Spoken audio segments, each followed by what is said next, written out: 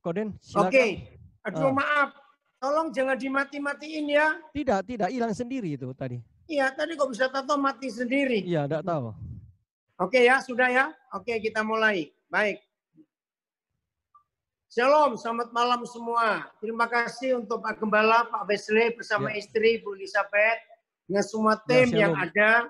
Kita bersyukur bisa bertemu, walaupun secara muka kita berjauhan secara tempat.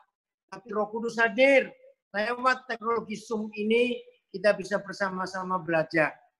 Temanya sangat menarik. Ketika saya dapat tema ini, saya bergejolak. Apa temanya? Agenda besar Tuhan di balik COVID-19. Wah, ini luar biasa. Selama sekian lama COVID-19 ada di dunia, ini pertama kali saya dapat tema untuk mengajar agenda besar Tuhan di balik COVID-19.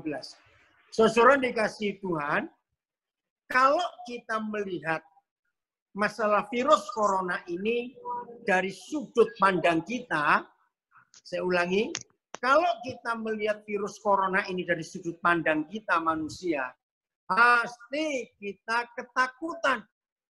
Betul? Ngeri sudah. Tapi kalau kita pindah ke tempat Tuhan dan memandang dari tempat Dia memandang, maka kita akan mendapat kebenaran yang luar biasa.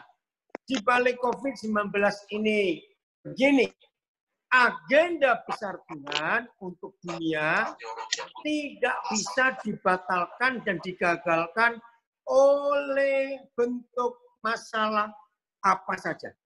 Tidak bisa. Kita lihat fakta. Sebelum COVID-19, dunia sudah sering mengalami masalah. Perang Dunia Pertama, Perang Dunia Kedua, waktu The Great Depression, ketika pertama kali ekonomi dunia hancur tahun 1933, hancur total. Belum lagi letusan-letusan gunung, tsunami, bencana alam, banyak sekali. Ingat krisis moneter, ekonomi dunia hancur lagi tahun 97, terus lanjut lagi 2008, banyak lagi. Saudara, rencana Tuhan tidak ada yang bisa dibatalkan dan digagalkan oleh apapun yang terjadi. Nah, sekarang untuk khususnya COVID-19 ini memang menakutkan. Kita nggak usah bahas dari mana COVID ini. Memang terjadi apa itu pro kontra. Ada yang bilang ini buatan orang, buatan ini, buatan ini. Oke lah, stop. Kita nggak usah bahas itu. Ada yang menghubungkan dengan akhir zaman. Ini Yesus mau datang. Ini chip 66 mulai ditanamkan. Oke, macam-macam boleh kita sebutkan. Tapi mari kita melihat apa yang tertulis di dalam Alkitab. Maka itu, ayo mulai hari ini kita betul-betul hidup sesuai dengan apa yang Tuhan kehendaki. Katakan amin. Bukan kehendak dunia ini yang sedang kacau dan jungkir balik ini. Saudara, saya akan baca yang pertama di kitab Ibrani 12. Ya, dalam Ibrani pasal 12 ada firman yang luar biasa. Akan ada kegoncangan-kegoncangan yang besar di bumi ini. Ya, Ibrani 12. Begini kegoncangannya, ayat 12, mulai ayat yang ke-26. Waktu itu suaranya menggoncangkan bumi. Tetapi sekarang ia memberikan janji. Satu kali lagi aku akan menggoncangkan bukan hanya bumi saja, melainkan langit juga. Jadi nggak cuma bumi digoncangkan, langit pun akan digoncangkan. Terus ayat 27, ungkapan satu kali lagi menunjuk kepada perubahan pada apa yang dapat digoncangkan. Karena ia dijadikan supaya tinggal tetap apa yang tidak tergoncangkan.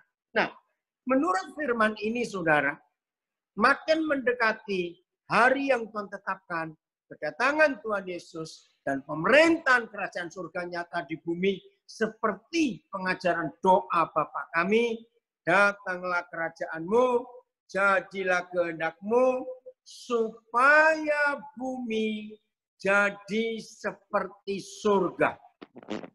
Nah, jadi saya nyimpang dikit, akhir zaman yang selama ini, maaf, sangat ditakuti oleh banyak orang, padahal salah. Kalau kita mendengar kata akhir zaman, itu nggak boleh takut sama sekali. Loh kok bisa? Karena akhir zaman itu indah buat gereja, buat murid-murid Tuhan Yesus. Kenapa indah? Karena berakhirnya zaman pemerintahan manusia dan dimulainya zaman pemerintahan kerajaan surga. Itu kan indah. Jadi seperti pemilu. Di semua negara, hampir semua negara di dunia pasti ada pemilu. Pemilihan presiden, pemilihan kepala negara dengan sistem yang beda-beda. Tapi semua rakyat di negara yang ada pergantian kepemimpinan nasional, itu justru seru. Karena akan milih pemimpin baru. Nah, buat kita akhir zaman itu ada pemilu dunia, bukan negara, dunia. Nah, kandidatnya cuma 2, peserta calonnya cuma 2. Maaf, Tuhan Yesus dan setan. Nah, maka itu dalam masalah akhir zaman ini itu indah. Sebab dunia akan diperintah oleh Tuhan Yesus. Nah, kan indah bukan? Maka itu Ibrani 12 tadi akan ada kegoncangan besar. Supaya tinggal satu yang tidak bisa tergoncangkan. Itulah kerajaan kekal. Nah, saudara, itu yang kita tunggu. Saya bongkar dulu ya. Nah, tapi kenapa khotbah-khotbah akhir zaman 99,99% itu pasti menakutkan? Maka itu anak-anak muda mana mau dengar khotbah akhir zaman? Takut, apalagi yang punya pikir, aduh aku belum kawin. Nah, itu dia. Karena salah. Nah, dengar ya saudara. Sedih. Mengapa akhir zaman itu antikris lebih terkenal dari Tuhan Yesus? Ini khotbah-khotbah yang salah. Nah, COVID-19 ini pun Tuhan izinkan, memang merupakan tanda-tanda akhir zaman, tapi tidak menakutkan. Sebab akan muncul satu kerajaan saja yang tidak tergoncangkan. Itulah kerajaan surga. Maka itu kalau kita lihat akhir zaman dari sudut pandang Tuhan, bukan dari sudut pandang manusia, ini menyenangkan. Saya bergairah, saya antusias mendengar akhir zaman ini. Kenapa? Karena saya siap-siap juga diajak memerintah bersama Tuhan Yesus. Maka itu jangan takut. Nah, mulai hari ini tolong yang suka khotbah akhir zaman, yang suka mendengarkan khotbah akhir zaman, ubah caranya. Jangan nyebut antikris. Lebih banyak memberitakan Yesus Tuhan yang akan jadi raja segala raja di seluruh bumi ini. Nah, coba cari di Google. Google saja nulis, saudara.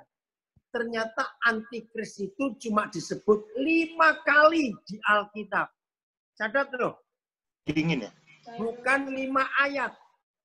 Antikris itu cuma disebut 5 kali di Alkitab. Hebat bukan? Google aja memberitahu kita. Mengapa yang cuma muncul 5 kali itu menjadi pribadi yang utama di khotbah akhir zaman.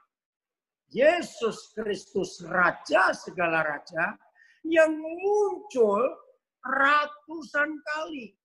Saya belum hitung sih berapa kali nama Yesus disebut. Ya, saya nggak tahu. Tapi nama yang ratusan kali muncul tentang akhir zaman itu dibuang. Yang 5 kali disebut-sebut terus. Bukankah ini suatu kesalahan besar dari gereja? Maka itu izinkan saya meralat rekan-rekan saya, para pengkhotbah, khususnya khotbah akhir zaman, cobalah. Jangan nyebut antikris karena cuma 5 kali disebut. Ayo kita tonjolkan Tuhan Yesus. Karena itu tokoh utama akhir zaman. Yesus mau datang. Nah, ini buktinya. Maaf ya. Jujur, ternyata baik hamba Tuhan maupun murid Yesus, hari-hari masa COVID-19 ini, ternyata jauh lebih banyak orang Kristen lebih takut corona daripada takut kepada Tuhan Yesus. Ayo ngaku. Kok aneh, kenapa kita bisa lebih takut pada antikris? Kenapa kita bisa lebih takut pada corona? Kenapa kita lebih takut kuda hitam, kuda hijau kuning, kuda merah yang ada di kitab Wahyu? Kenapa? Kenapa kita bisa lebih takut kepada binatang yang akan keluar dari dalam bumi? Binatang yang keluar dari laut dengan kepala 10 tandu. Sudahlah macam-macam. Kenapa? Ayo kita singkirkan semua. Bahwa siapapun yang akan muncul di bumi, agenda besar Tuhan untuk keselamatan dunia, itu yang nomor 1 kita beritakan. Bukan tentang antikrisnya, bukan tentang COVID-19-nya, tapi persiapan pemerintahan kerajaan 1000 tahun yang akan muncul. Dan itulah konsep akhir zaman yang alkitabiah. Maka itu maaf, kurangi soal antikris, soal macam-macam. Karena cuma sedikit kok. Yesus Tuhan luar biasa. Itu yang kita harus bicarakan. Oke ya, saya akan bacakan beberapa ayat tentang akhir zaman ini, ya. Wahyu 11 ayat 15. Wahyu 11 ayat 15. Ini menarik sekali. Ya, Wahyu 11 ayat yang ke-15. Mari kita lihat. Ya. Wahyu 11 ayat yang ke-15. Maaf.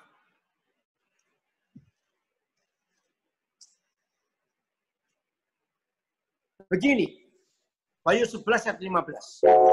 Sangkakala yang ke-7, nyanyian puji-pujian para tua-tua. Nah, ini contoh kecil lagi. Ada 7 sangkakala yang akan ditiup, dibunyikan di bumi ini. Sangkakala pertama, menakutkan. Sangkakala kedua, menakutkan. Ketiga, keempat, kelima, keenam, menakutkan semuanya. Tapi sangkakala ke-7 ini luar biasa. Begini bunyinya. Lalu malaikat yang ke-7, Wahyu 11 ayat 15. Lalu malaikat yang ke-7 meniup sangkakalanya. Dan terdengarlah suara-suara nyaring di dalam surga.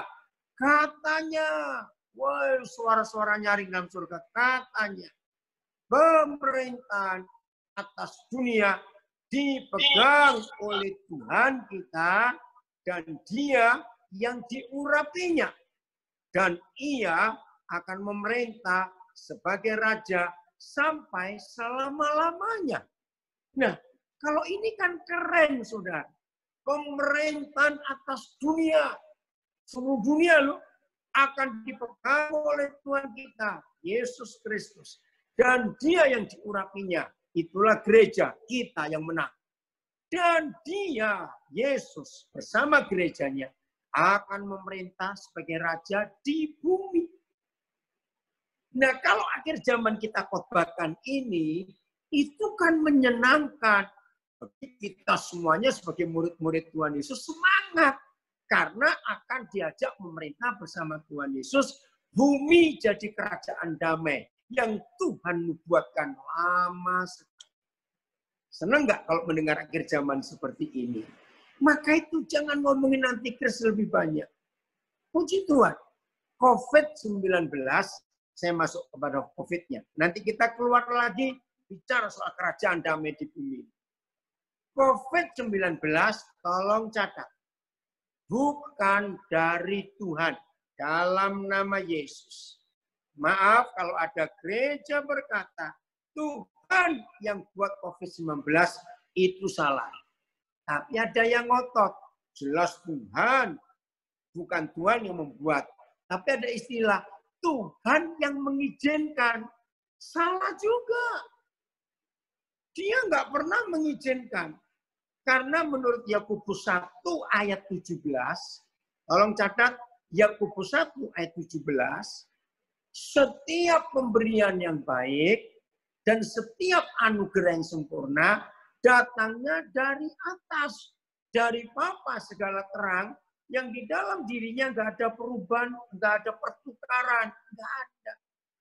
Nah, kalau kita membaca Yakobus 1:17, bahwa yang dari Bapa kita itu setiap anugerah yang baik dan setiap pemberian yang sempurna, berarti COVID-19 bukan dari dia dan tidak seizin dia. Loh kok bisa ada? Nah, harus tahu.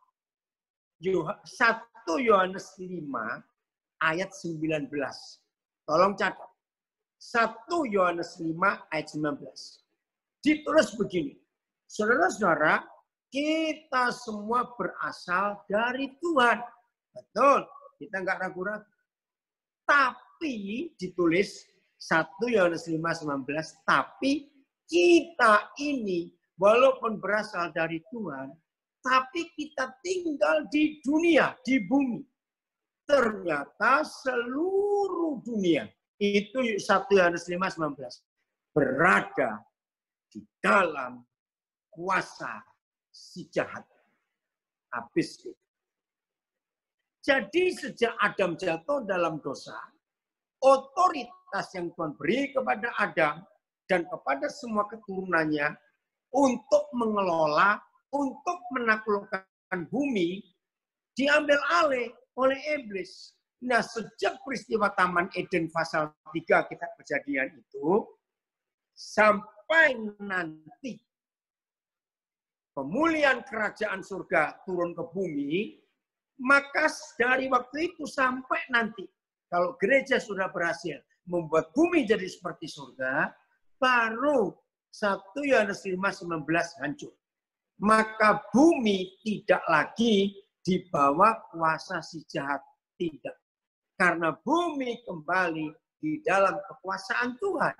Maka itu Wahyu 11 ayat 15 itu jelas sekali, saudara.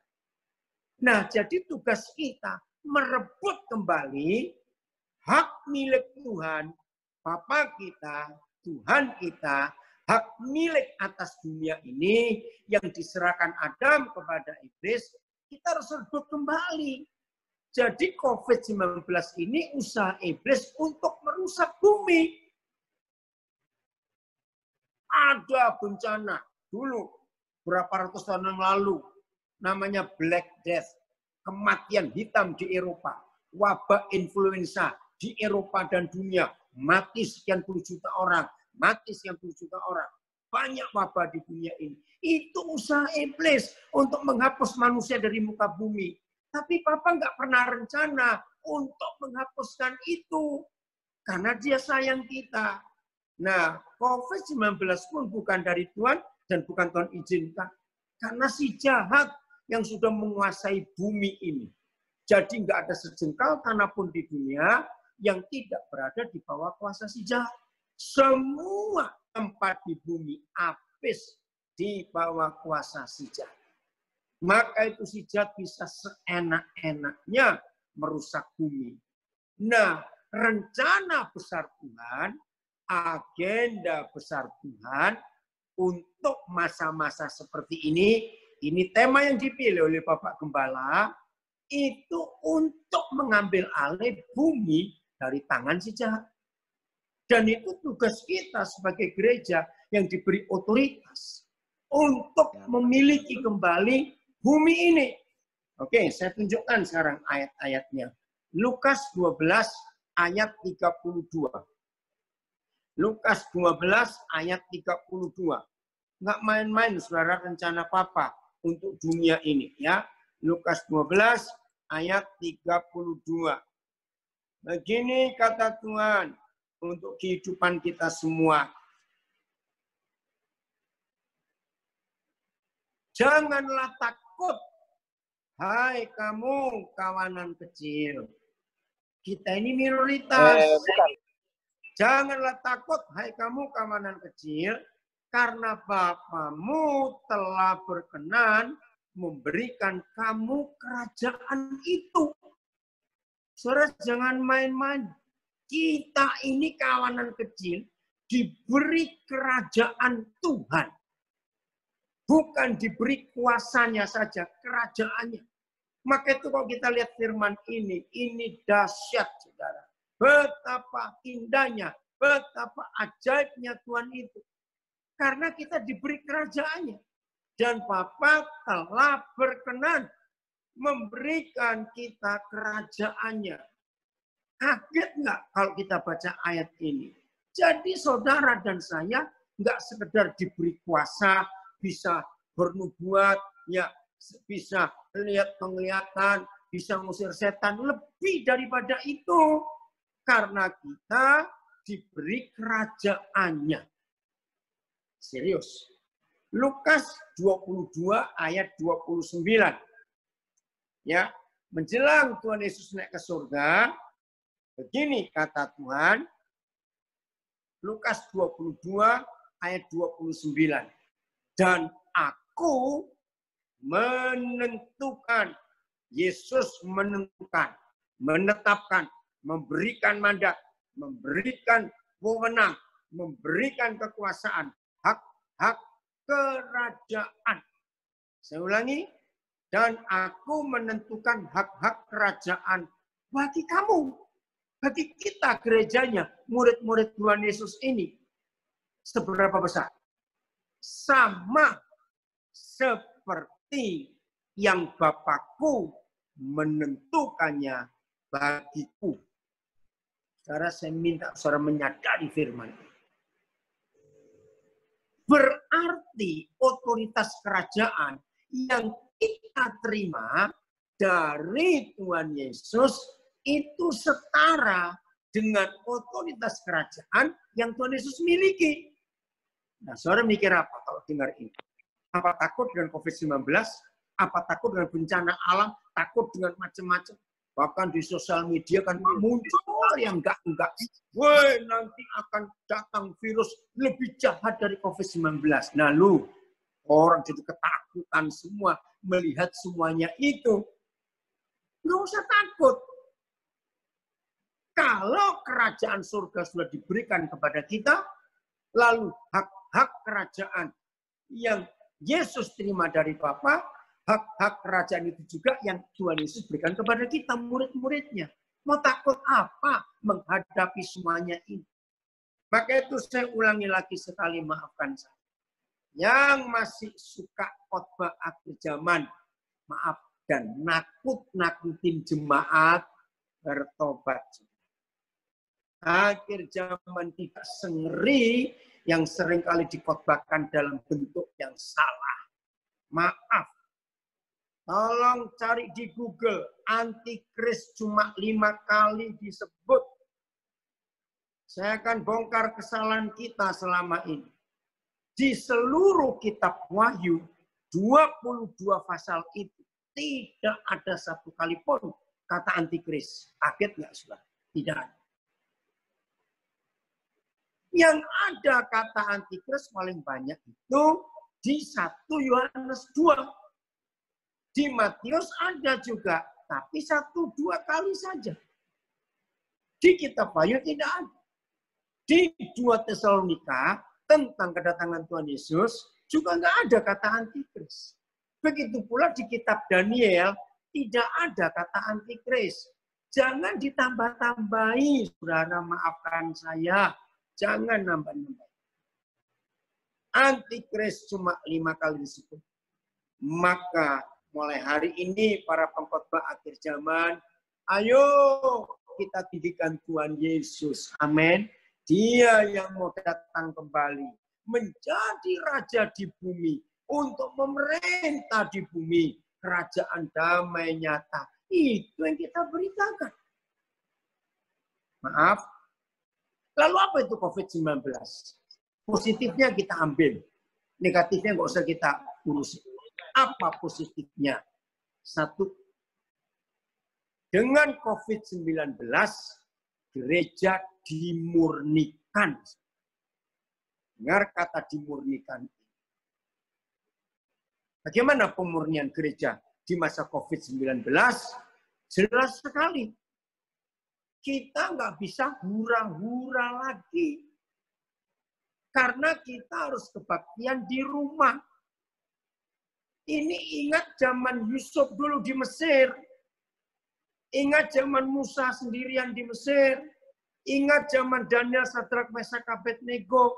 Nggak ada siapa-siapa, sendiri.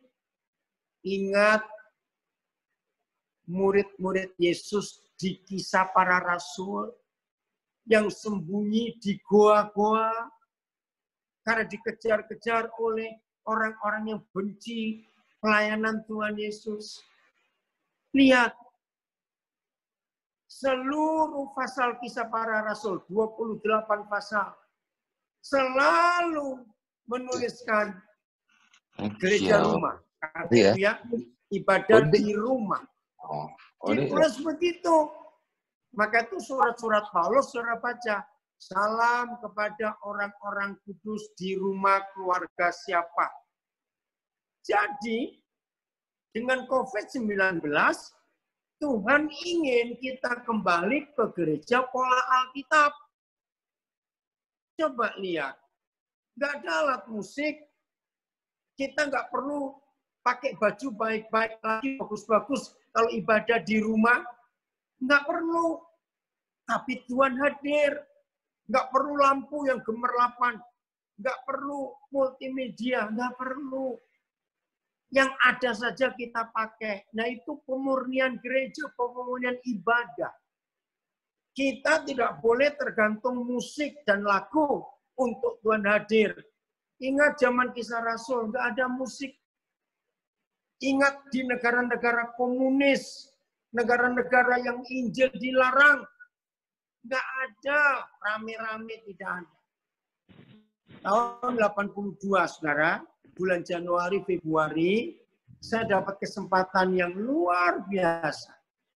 Saya ke Tiongkok pertama kali, tahun 82. Bulan Januari, Februari. Masih miskin Tiongkok, sangat miskin. Uang nggak berlaku, yang berlaku kupon. Kenapa uang nggak berlaku? Karena semua kebutuhan rakyat dicukupi negara. Mereka nggak ada toko, bisa beli ini, bisa beli itu, nggak ada. Pakaian, baju, itu dapat jatah setahun 2 kali dari pemerintah. Dan seluruh Tiongkok yang 1 miliar lebih jumlah penduduknya, warna bajunya sama, abu-abu dan biru. Dan modelnya sama, yang istilahnya kerah, mau cetung. Ingat ya, kerah Shanghai istilahnya. Itu saja. Nggak ada orang jual apa-apa. Saya sempat sakit, saudara, karena dingin. Nah, biasanya saya makan banyak, itu makan bubur tiap hari.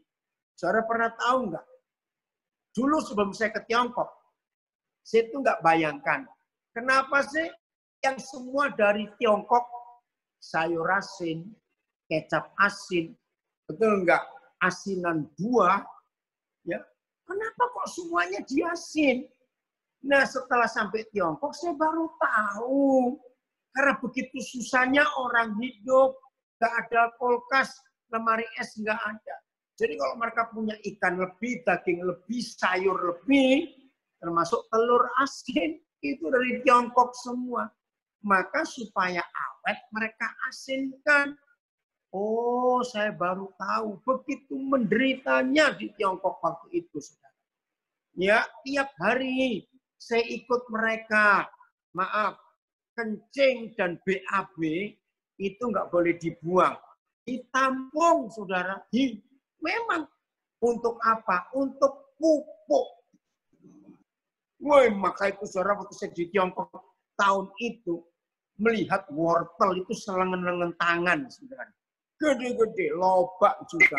Lalu sayur selada, wih, seger, hijaunya itu, rasanya kayak makan mentah itu kok enak sekali. Semua sayur, subur-subur. Yaitu tadi pupuknya dari kencing kita dan kotoran kita. Keren nggak itu? Susah. Orang-orang tua yang umurnya 60 tahun ke atas, itu nggak bisa ikut makan dengan anggota keluarga.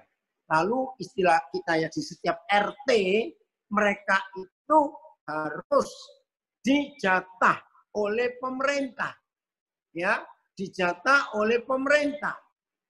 Jadi dapat langsung bubur sehari 2 kali. Makanya nggak 3 kali.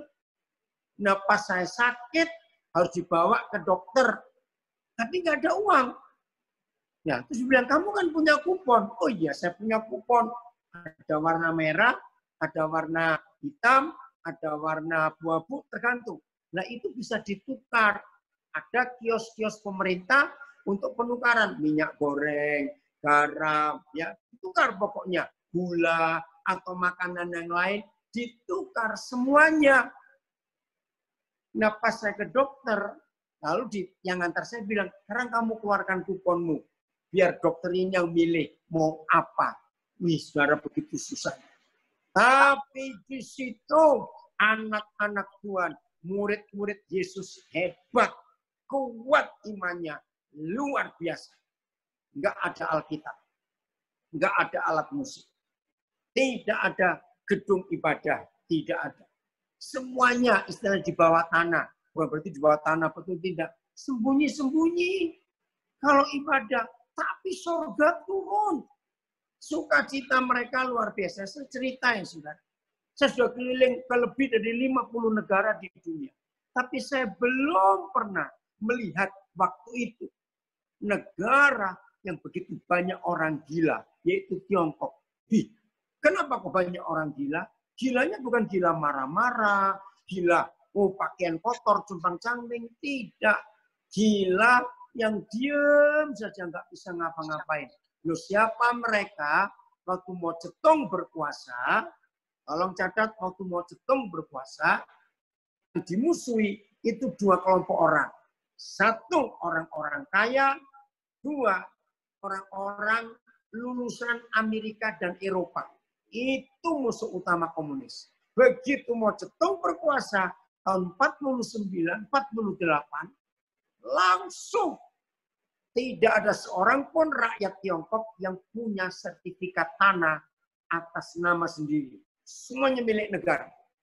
Tanah, rumah, pabrik, semuanya milik negara.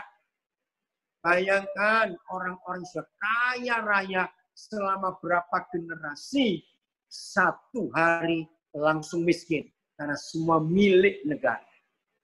Nah, yang lulusan Amerika, yang lulusan Eropa, kan pinter-pinter. Supaya tidak bisa melawan pemerintah, mereka dicuci otak. Nah, cuci otaknya komunis waktu di Tiongkok, ngeri. Saya nggak bisa cerita detail karena sejumlah atau detail, pokoknya. Begitu mereka lulusan barat, langsung di brainwashing, cuci otak. Nggak tahu dengan cara apa. Sampai orang itu bisa lupa, dirinya itu siapa lupa. Namanya pun bisa lupa. Maka itu ketika mereka dipulangkan, setelah disiksa di penjara-penjara komunis, jadi diem saja. Nggak ngomong, nggak apa, diem saja. Lapar, nggak dikasih makan, ya diem saja. Duduk dari pagi, kalau nggak disuruh berdiri, nggak berdiri. Duduk, maaf saudara, berak dan kencing sambil duduk. Karena diem saja. Maka waktu saya keliling ke rumah-rumah, melihat orang-orang ini kasihan. Tapi anak-anak Tuhan penuh dengan sukacita. Anak-anak Tuhan penuh dengan kegembiraan. Sambil ngaduk sekiteng, kotoran itu nyanyi-nyanyi. Sambil nyangkul, sambil apa, nyanyi-nyanyi. Nah, di situ pertanyaan mereka kepada anak-anak Tuhan, kita kan senasib, kita makannya begini, hasil tanah, hasil kebun, hasil sawah, 70% milik negara. Rakyat yang mengolah tanah, hasil panennya cuma cukup 30%. Ya nggak cukup untuk anak-anak. Semua diambil pemerintah. Tapi mereka suka cita. Nah, di situ penginjilan luar biasa. Surga hadir, saudara. Surga hadir. Saya mau berangkat ke Tiongkok, itu sombong. Saya bilang, Tuhan terima kasih, saya dapat kesempatan ke Tiongkok. Saya akan bertemu dengan anak-anak Tuhan. Saya akan khotbah. tolong catat, saya cuma khotbah sekali. Setelah itu saya nggak bisa khotbah apa-apa lagi, cuma bisa nangis. Bukan nangis sedih, nangis sukacita. Bahkan setelah saya balik ke Indonesia, waktu itu saya berdoa, Tuhan, kalau saya punya duit banyak, saya akan ajak teman-teman saya hamba Tuhan pendeta itu untuk melihat ke gereja di Tiongkok, gereja yang benar itu. Nggak ada gedung gereja, nggak ada alat musik, nggak ada Alkitab, nggak ada fasilitas apa-apa. Bahkan, tolong catat, 99% pendeta saya tidak ketemu. Cuma 1-2 saya ketemu yang sudah tua-tua sekali. Loh, kemana semua mereka? Jahatnya komunis. Ditangkapi.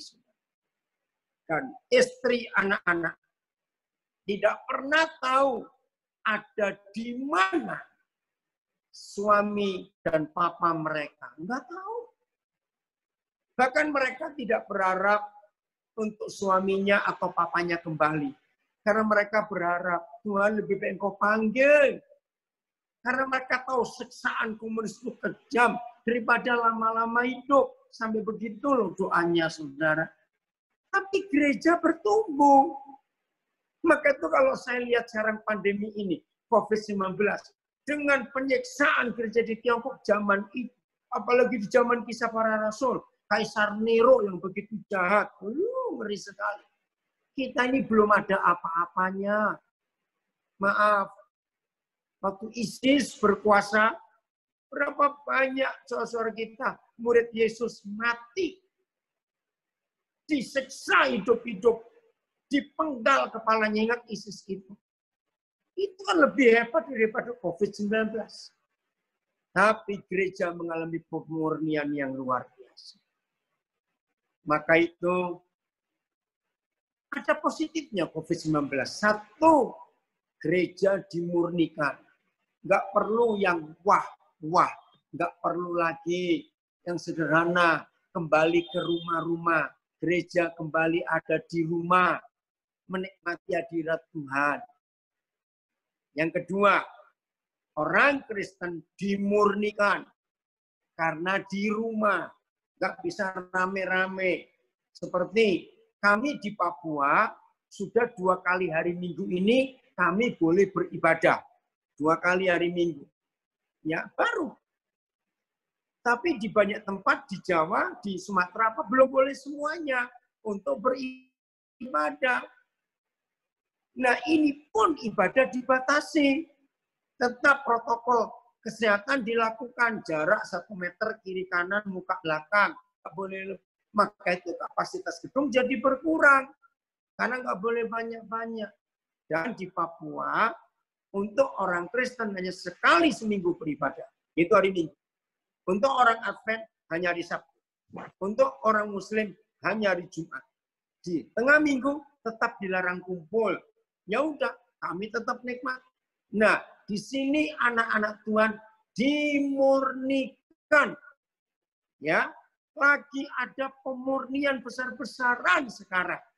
Apakah kita tetap menikmati hadirat Tuhan tanpa lampu, tanpa musik, tanpa WL, tanpa singer, tanpa multimedia? Ini pemurnian gereja di masa COVID-19 ini. Sekarang pemurnian hamba Tuhan. Maafkan saya, maafkan saya. Kiranya nggak ada yang tersinggung kalau saya bicara ini. Di masa COVID-19, ternyata hamba Tuhan pun dimurnikan. Maaf ya saudara, jangan tersinggung. Aduh. Hamba Tuhan yang betul-betul hamba Tuhan. Tetap hidup dan bersyukur dan bersukacita. Walaupun nggak ada undangan khotbah. Bagaimana mau khotbah? Kebaktian nggak ada. Tapi tetap bersukacita.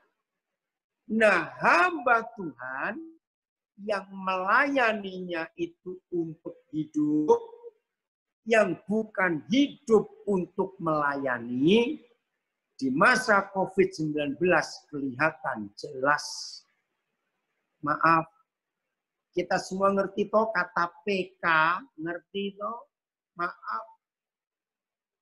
Bagaimana bisa dapat PK? Nah, di situ hamba Tuhan pun dimurnikan. Maka itu mari kita menyadari betul fakta ini.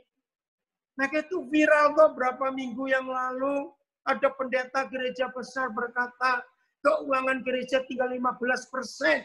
Bagaimana mau bayar maintenance, perawatan ruang kebaktian, AC, listrik, maintenance lain bagaimana?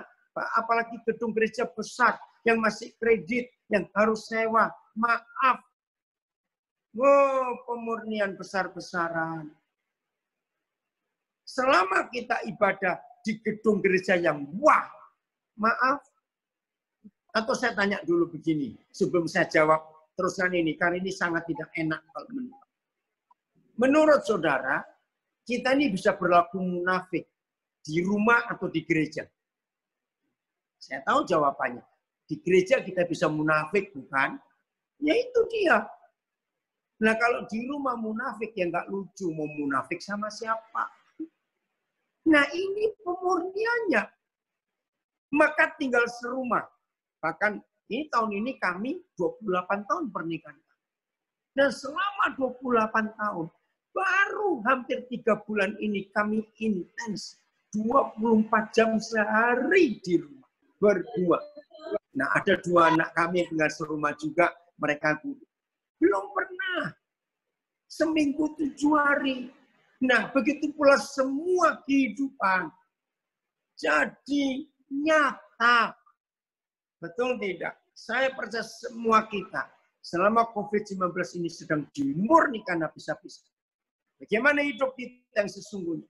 Kalau kita di ibadah besar, kita bisa pura-pura di rumah kita. Anak-anak pun bisa melihat bagaimana kelakuan asli papa mamanya. Kelihatan semua. Saudara, maka itu COVID-19 ini bagus karena memurnikan kita untuk siap-siap menanti datangnya kerajaan surga itu. Dan pemerintahnya atas bumi dipegang oleh Tuhan Yesus dan oleh gereja yang diurapinya. Nah kalau begini kan keren, jadi indah. Jadi agenda besar Tuhan, rencana besar Tuhan atas dunia ini untuk mengembalikan bumi jadi milik pemiliknya yang asli, bukan pemilik yang palsu, yaitu setan, harus segera tergenapi. Agenda besar Tuhan ini tidak bisa dibatalkan oleh usaha iblis seperti apapun juga. Tolong catat. Nah sekarang tergantung kita. Bagaimana di masa pemurnian ini kita mengeluh? Jangan, nikmati. Saudara, saya bersyukur kepada Tuhan bagi yang kenal saya. Saya itu orang yang paling nggak bisa nganggur. Tanya anak-anak saya termasuk Sentosa, Ayu, siapa saja. Ibu Elizabeth juga tahu. Saya itu nggak bisa nganggur. Saya pengen terjadi berkat. Tiba-tiba terkunci. Saudara, serunya Papua, ya Papua Barat masih kalah. Papua, Provinsi Papua kan ada 2 provinsi Papua dan Papua Barat. PSBB yang belum dicanangkan, nggak ngerti istilah PSBB, lockdown, ternyata Papua ini duluan. Jadi sejak 25 Maret, catat 25 Maret, sampai kapan kami tidak tahu. Dan kami nggak protes kepada pemerintah. Kami nikmati sejak 25 Maret, seluruh bandara di Papua nggak ada pesawat bisa landing dan bisa take off. Dikunci habis. Ini keputusan pemerintah Papua. Sempat Menteri Perhubungan nggak suka. Terus gimana? Tapi jawaban pemerintah Papua, rakyat kami perlu dilindungi. Dan itu betul, saudara. Tapi logistik masih ada. Tapi bukan lewat pesawat, kapal. Nah, pelabuhan kapal pun untuk penumpang ditutup. Kapal yang boleh masuk adalah kapal barang. untuk logistik. Puji Tuhan untuk itu. Kami tetap nggak kekurangan. Sudah hampir 3 bulan ini terkunci. Nah kalau tidak, saudara, penularan COVID ini cepatnya luar biasa. Karena keadaan kami rentan sekali. Maka itu bersyukur kepada Tuhan. Kami nggak protes, kami nggak gelisah. Nah saya ini terkunci sekian bulan, hampir 3 bulan. Bayangkan. Tapi saya nikmati. Aneh bukan? Maka itu teman-teman, saya nggak percaya. Kenapa saya bisa nikmati? Karena saya tetap hidup. Karena Papa di surga yang menjamin hidup kami. Bukan karena pelayanan. Tidak. Ini nggak bisa pelayanan. Tapi tetap melayani. Bahkan selama COVID-19 ini ada, saya lebih seger, saudara. Karena nggak perlu keliling-keliling. Dan akhirnya, di satu tempat seperti Nabire ini, saya bisa khotbah 1 hari di beberapa negara sekaligus. Contoh, 2 minggu yang lalu, saya pagi khotbah di Nabire. Siang, saya khotbah di Sydney. Hari yang sama. Malamnya, saya khotbah di Los Angeles. Keren nggak? Orang yang punya duit miliaran pun, mau terbang naik pesawat, nggak bisa sehari 3 negara, 3 benua. Orang yang punya pesawat jet pribadi pun, nggak bisa. Dalam 1 hari, Asia, Australia, Amerika. Keren nggak? Nah, di situ saya berkata, maaf, gobloknya iblis. Saya di penjara secara fisik. Tapi dengan adanya teknologi Zoom, dengan adanya multimedia, teknologi informasi, saya bisa khotbah kirim video ke banyak negara, gereja-gereja Indonesia di luar negeri pun minta. Bersyukur bukan? Maka itu Tuhan itu luar biasa. Jadi nggak ada alasan untuk kita kecewa, nggak suka, enggak. Nikmati.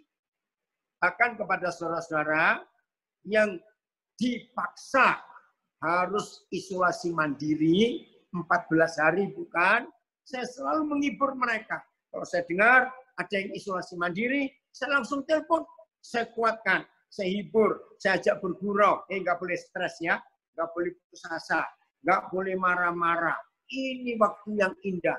Karena seumur hidup cuma sekali kita mengalami di penjara di rumah sendiri. Kita nggak berharap ada lagi. Nggak. Cukup ini saja. Maka itu yang sedang isolasi mandiri, nikmati. Karena kejadian ini cuma sekali di hidup saudara. Nggak bisa lagi, karena kita nggak mau juga. Nah, waktu isolasi mandiri itu, saudara punya waktu 24 jam sehari.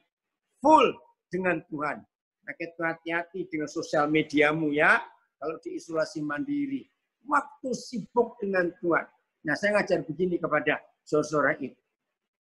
Sekarang anggap kamu sedang kuliah selama 14 hari.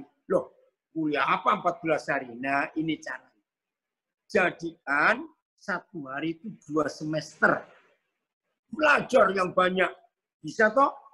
Nah, begitu lulus hari keempat, berarti saudara sudah kuliah 8 semester. Nah, kuliah 8 semester, itu gelarnya S1 strata 1. Betul? Lanjutkan. Tambah 2 hari lagi. Yaitu 4 semester. Ya, itu master.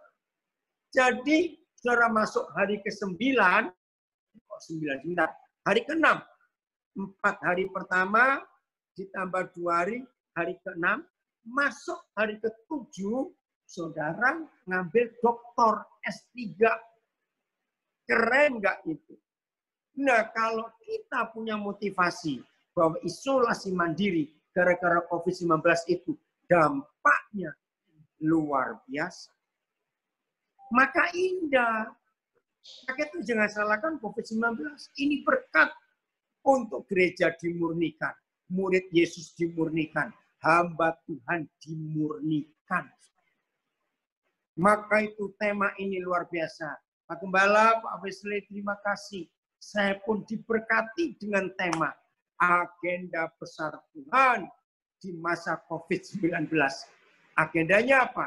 Datanglah kerajaanmu, jadilah kehendakmu, supaya bumi jadi seperti surga. Kan indah. Ingat, cuma ada satu di antara dua.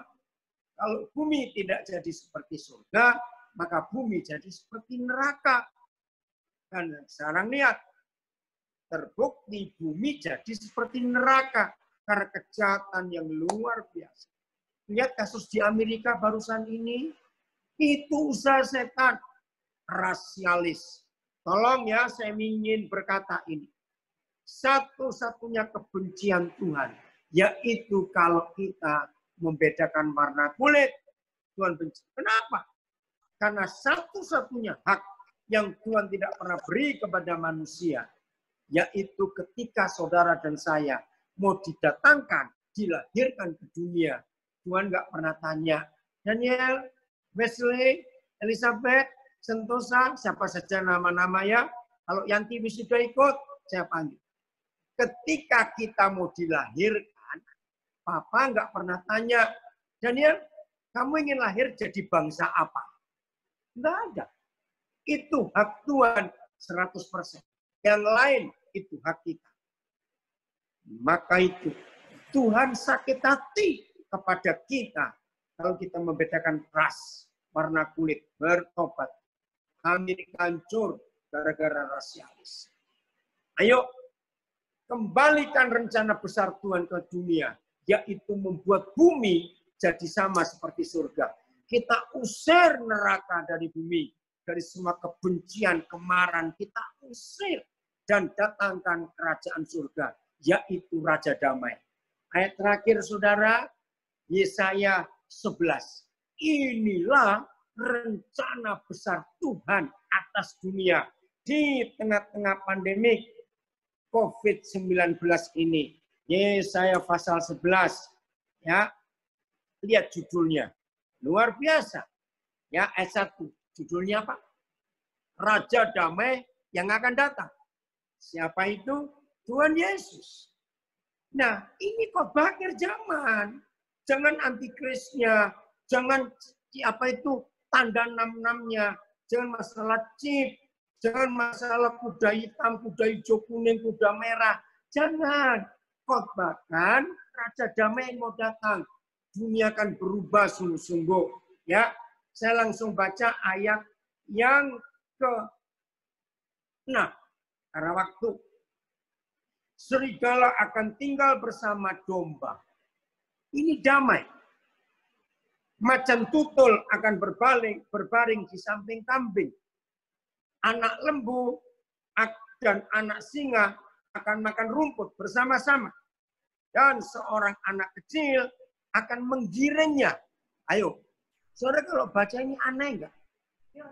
Bagaimana serigala bisa akur dengan domba? Padahal domba itu makanannya serigala. Betul? Bagaimana macan tutul bisa berbaring di samping kambing? Karena kambing itu makanannya macan tutul. Terus, anak lembu dan anak singa akan makan rumput bersama-sama. Singa itu karnivora. Bisa bertobat gara-gara Yesus datang. Yang karnivora menjadi herbivora. Apa itu? Pemakan rumput. Aneh enggak? Ini pertobatan para binatang buas ketika Raja Damai itu datang. Ini kan indah kalau kita khotbahkan untuk akhir zaman. Terus seorang anak kecil akan menggiringnya. Jadi anak kecil pun nggak takut singa, nggak takut serigala. Keren sekali. Gara-gara Yesus datang. Inilah akhir zaman. Ayat 7. Lembu dan beruang akan sama-sama makan rumput. Betul tidak? Jadi beruangnya pun bertobat. Enggak karnivora lagi, tapi jadi vegetarian. Hebat sekali.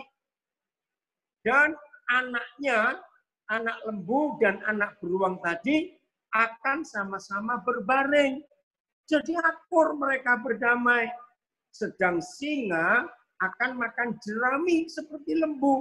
Wow, Tuhan kalau Yesus datang di kerajaan di akhir zaman ini, saudara, binatang-binatang buas bertobat. hidup dipulihkan semuanya. Maka itu manusia-manusia ganas, manusia-manusia kayak binatang, maaf, malu kita dengan binatang. Binatang aja bisa bertobat karena Yesus datang. Ayat 8. Anak yang menyusu akan bermain-main dekat liang ular kedung, dan anak yang cerai susu akan mengulurkan tangannya ke sarang ular beludak. Luar biasa. Ular berbisa pun bertobat. Anak kecil main-main gak dipatuk karena sudah gak punya bisa lagi. Saudara, maka ini kita akan bersyukur. Jadi ini akhir zaman. Maka itu yang ngeri-ngeri yang takut.